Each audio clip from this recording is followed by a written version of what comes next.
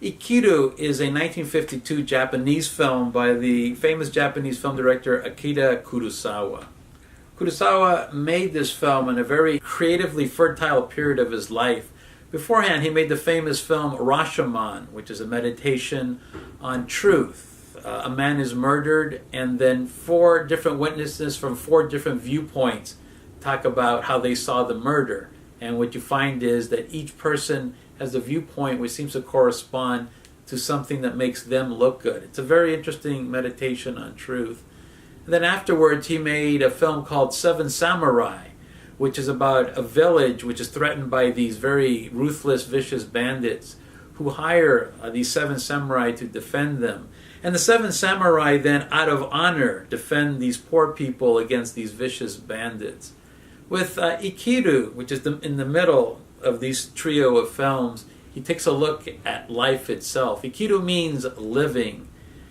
Ikiru takes a look at a Japanese bureaucrat, and he's played very brilliantly by the Japanese actor Takashi Shimura. Shimura finds out at the beginning of the film that he's dying of stomach cancer. And he's a bureaucrat who's just leading a very empty life. Basically, he's the head of a department who just stamps papers, and that's it. He's been doing that for 30 years. But once he's diagnosed with cancer, something within him changes. He just realizes how empty his life is. At first, he's just really sad. He just can't accept it. But then he figures, I only have 6 months to live. He lives a very hedonistic lifestyle, and he comes to discover that that's not working for him either.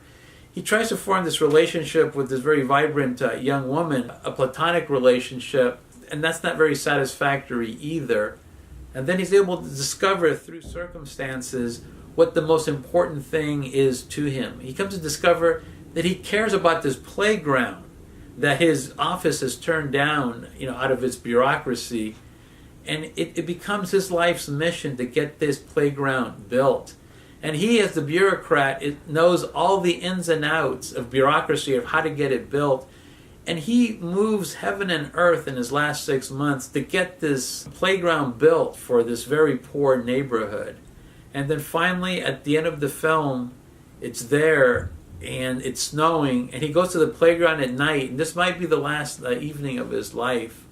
And he sits in the playground, and he just sings this very beautiful Japanese song. And he's finally at peace on the swing. Let's do an imaginative exercise. What if you had only 6 months to live? And we'll say that these last 6 months are pain-free. Ask yourself 3 questions. Number 1, what is the most important thing of my life? And then keeping this in mind, what is the most important thing in my life? Ask yourself the second question. What would I do in those last 6 months? What actions would I take? How would I actually live my life?